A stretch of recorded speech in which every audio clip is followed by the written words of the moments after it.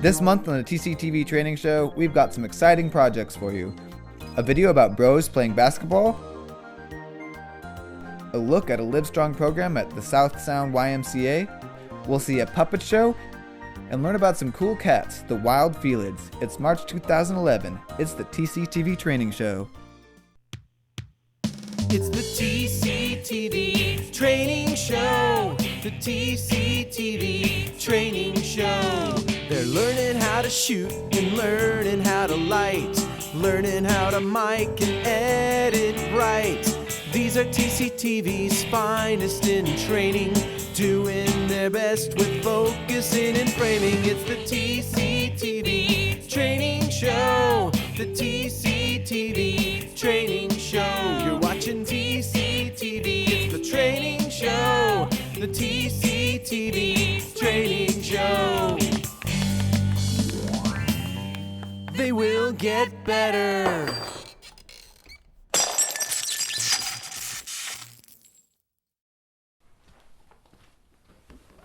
Hi, and welcome to the TCTV Training Show. I'm Freddie, a media trainer and facilitator here at Thurston Community Television. And today, I'm going to be presenting to you the TCTV Training Show. It's the only program where you get to see the very first projects of TCTV's brand newest producers. How it works is this. Someone takes the digital field and editing class. That's our $20 4-week class where you learn how to use all of our digital field equipment, cameras, and then also learn how to do nonlinear editing with Final Cut Express. To finish the class, you have to make a 3-minute project showing that you know how to use all the skills that you've been taught. And on the TCTV Training Show, we take all the projects that all the students have made and present them to you and talk about them and what they did good and what they did bad. And basically that's the format of the show. If you want to be on the show, on the TCTV Training Show, all you have to do is give us a call at 360-956-3100 or just go to our website, tctv.net, and click on Training. The classes are only $20 and happen once a week for 4 weeks, and that's it. All right. So in that case, let's just move on to our first segment. We're going to get started with a clip called Basketball Bros, and it's by Noah Bauer. So let's check it out, some sports.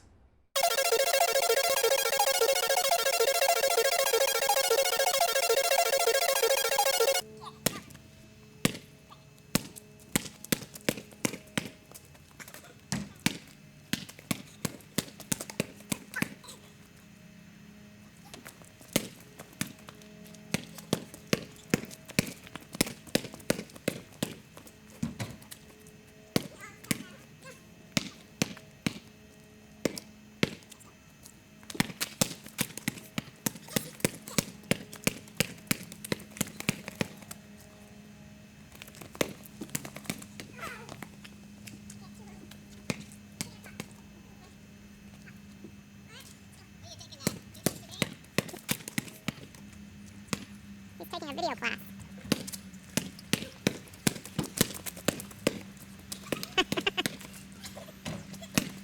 Let Noah get it too, Simon.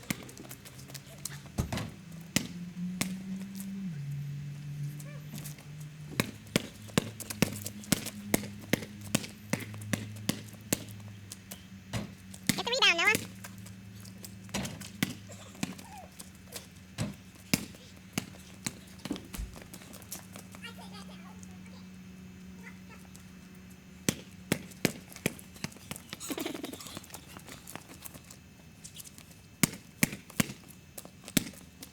Can't walk with it.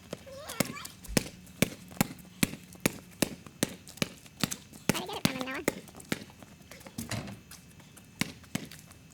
Get that rebound, Noah. They cold.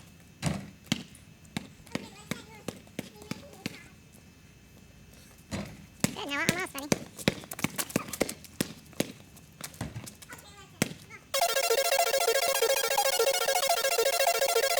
Hello, I'm Noah, and this is Simon. And we are the people who just played basketball just a few minutes ago. So wasn't that a great game?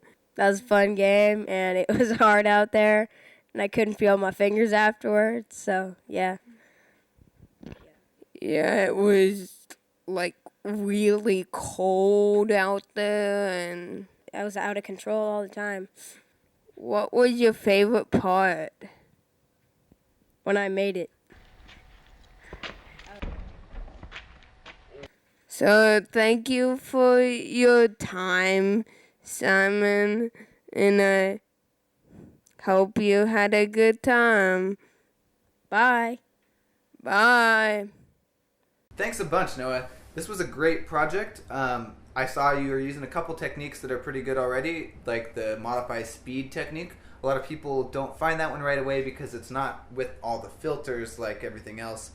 So you saw earlier in the clip that he sped up all the basketball footage. I think it was mostly to fit the time constraint, but it looked pretty cool.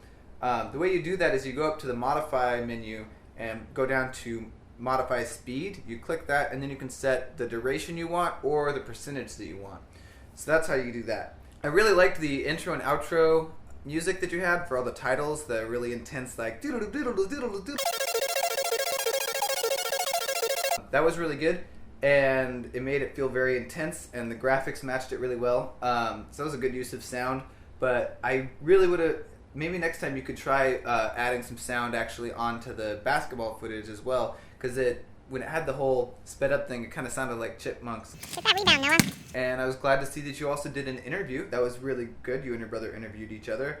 It was a pretty interesting interview where you guys are both kind of the hosts, but the lighting looked really good, and you guys, the framing looked really good too. So great job on that, you guys. I was out of control all the time. The next project we're going to be looking at comes to us from Helen Wheatley, and it's called Livestrong. It's about a Livestrong program at a local YMCA. So let's take a look.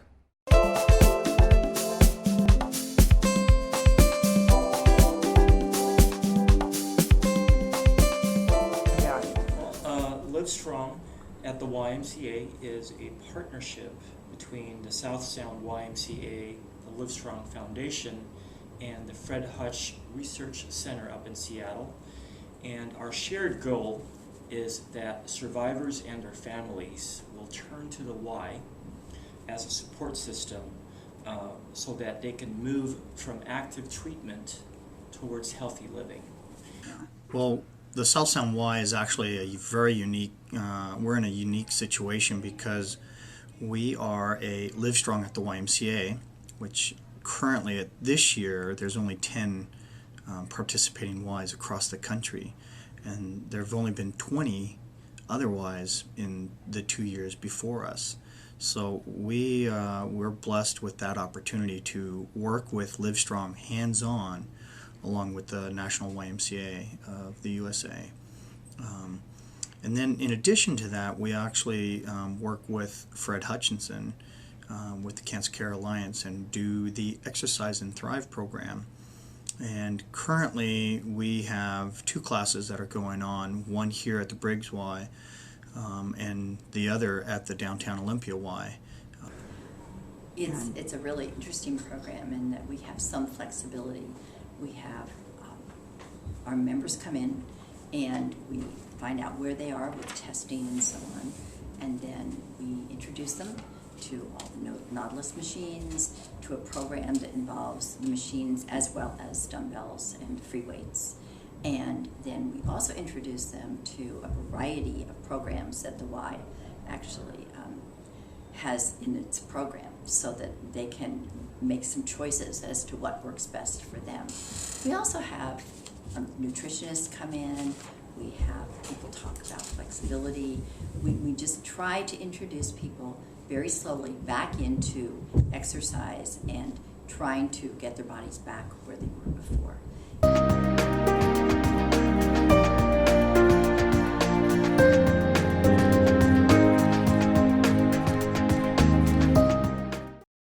Thanks a lot, Helen. That was a great project about a really great cause and a really good program too. And I really loved the intro too. It started off very strong. The image kind of shaky and cool, but it said the Livestrong logo on there. I thought that was really, really neat. But when the text was scrolling over the top of it, it made it really hard to read both of them at the same time and kind of got busy. So I would avoid doing that, like overlaying 2 layers of text if you're trying to get them both read. You had really well-framed interviews. Everyone looked really fantastic. They had enough headroom. Everything just looked really good. So those looked nice. The audio, it seemed like, was a little hissy but that's fine. I think maybe I remember you telling me you shot some of that on flip cams. So sometimes when you have to do candid interviews, you have to do what you got to do. One of the things that I always like to say is when you have to get an interview one way or the other, you know, and you can't always have like a big camera with you, it's more important to get the footage and what the people are saying than it is necessarily to have it in the most pristine condition. So I think you did a wonderful job here. I liked that you used some B-roll there at the end of your project. You were talking about the nutritionist, and then you had the nutritionist doing her nutritionist deal. But I thought that you could have used a little bit of more B-roll earlier on in the piece as well. Like when there was that big chunk where that one guy just kind of is the main speaker for a while. And it's just him talking to the camera. And if you cut away to a couple of the things that he's talking about, you could even just cut to the logos of the places that he's talking about. And that would kind of help kind of break up the monotony of just one person talking. But all in all, this was an awesome project with a really good message too. So thank you so much for making it. Next up, we're going to see something by Terry Zander. He's a guy who's got a show on TCTV now. It's called Woodshop for All Ages with Mr. Z and Friends. It's a very good program. Check it out. You can find the times on our website, tctv.net. But here's his first project, one that he produced for us last year for the training class. And it's called The Search for Pooh. So it's got a puppet show in it. Let's check it out. And we want to frame the set so that we have the vertical all the way to the ground shot and make sure that we have the whole width of the set. So we're going to go in quite a ways and kind of align the camera, and then we're going to back up and we'll come in again and we will frame it so that we get just the shot we want. Now that we have the set, we're going to need some voices to go with it. So here we go. Ladies and gentlemen, the Orla Puppet Theater class is going to practice some voices, and we will start with Gemma, who is going to do the voice of Owlette. A, B, C, D, E, F, G, H, A, J, K, L, M, N, E, P, Q, R, S, T, U, V, W, X, Y, and Z. Yeah. Very good. Thank you, Gemma. And next to Nate, we have Natalia, who will be doing the voice of Larry, and Larry is a lobster.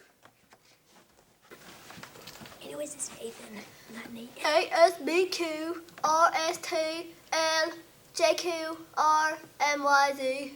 Did I say it right? I don't think so, Larry, but that's okay. That's the best you can do. Well, we have a set and voices. We're going to add characters now, and then we're going to have a show. Where is Pooh? Where is Pooh? Oh, I'm so worried about Pooh. Oh, hi, I'm Piglet. Do you guys know where Pooh is? No. Oh, dear. Okay. Oh, well. Oh, hi, Fred. Hi. Fred, do you know where Pooh is? No, I'll come with you and look for him. Okay. Let's go see Larry the Lobster. No. Hey, Larry, do you know where Pooh is? You mean Winnie Dare Pooh? Yes, that Pooh. I could take a dare for a corn dog. No, sorry. Don't have a corn dog. Fred, let's go see Owlette. Thank you all. Why don't you sit there and take a bow? Ta-da! Awesome job, Terry. This was a really cute puppet show, and I didn't want it to end. I wanted to see the end of the puppet show. It was really good. The kids were all really cute. The audio for the voices was really well done. You did a good job there. I liked at the beginning how you kind of included the thing where you're teaching them about framing the shot. It was cool that you got to see some of the teaching, like you were showing them how you were setting up the camera so that in the future they could set up their own puppet show shots. Although as an intro, I don't think it was the strongest choice.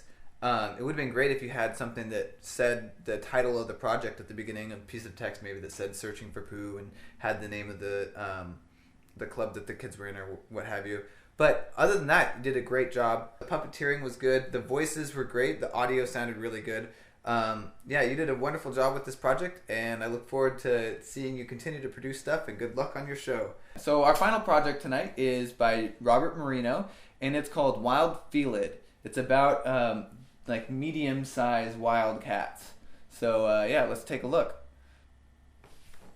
Recently, I visited the Wild Felid Advocacy Center to learn more about big cats.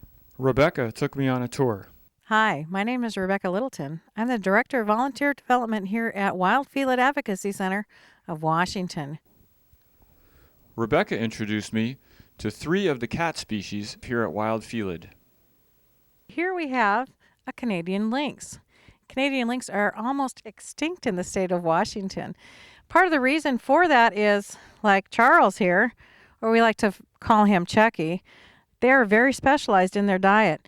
You can kind of get a little bit of look at his paws. His paws are very large. These cats are built for snow and built for speed on snow. Those paws act like snowshoes when they're running through catching prey, and it gives them an advantage over coyotes and wolves and other cats. Bobcats don't even have these type of paws. They're very specialized in how they hunt, which means their diet is very specialized. Their main diet is snowshoe hares. Snowshoe hares aren't necessarily abundant everywhere, especially in the state of Washington. So this cat here in the wild would be hard-pressed to stick around, which is why their numbers are about 50. Next, we visited a cat originally from Africa called a serval. These cats are pretty amazing as far as their hunting skills, because they are more of sound hunters. If you notice, they have very tall ears. On the back of their ears, they have nice big white spots. And those, when he's in the wild and he's out doing his little hunting, kind of protects him from his enemies. His enemies are the hyenas, do have tigers as his enemies. Lions will take down a serval, and sometimes other servals as well. These guys have super hearing, and in the wild, when there's a mouse underground, these servals can actually hear them underground and will follow them and follow the sound of them walking underground. And when that mouse comes up, that serval pounces, and there goes his afternoon meal. Finally, we visited some bobcats. In the wild, they range from Canada to southern Mexico. This is Tess. Tess is an American bobcat. Bobcats are native to the United States, from north to south, east to west, and up into the northern part of Canada. A little bit about bobcats in the wild. Their numbers are great. Part of the reason for that is these cats are almost known as the coyote of the cat world. They're very adaptable. They live in just about every single state of the lower 48 except for Delaware and Illinois. And why those facts are, I really couldn't tell you. I asked Rebecca about threats to all cat species. For almost all cats in the wild, people that are developing lands everywhere, encroaching on their natural habitats, that's what's destroying these animals. And conservation?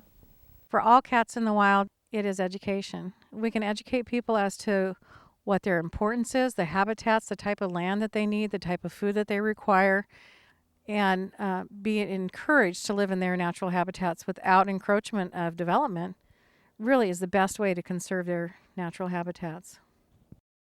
Lastly, we talked about costs. The premier enclosure that we have cost us about $4,000, and that's with us doing all the labor ourselves.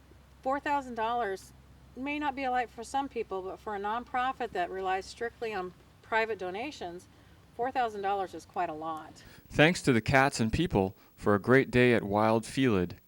You can find Wild Felid on the internet at wildfelids.org. Great job, Robert. That was a really excellent project. I loved all the beautiful shots of the cats, and I think my favorite cats were the ones that had the spots. They were like kind of leopardy. The interview you did with the lady talking about the cats was awesome and perfect, and you cut it down so it was all really good information. It was all very interesting. You kept the pace. You kept it at a really good pace. Everything looked really cool and beautiful. You had the intro graphic that was The sign, I thought that was a great way to make a cool title, was use the actual sign of the place. Your voiceover that you laid over the whole thing was really, really well done too. I mean, you guys were informative, you covered all the bases, talked about the cats, and it got incredible footage of them too. So there's nothing I can really say to critique about it or say it could be improved. I think you did a really fantastic job, and I'm really looking forward to seeing the other projects you make. So with that brings us to the end of the TCTV Training Show today. It's been a great time. We got to see 4 great projects, and all of the producers of those projects are now 100% certified in all digital field equipment and nonlinear editing software at TCTV.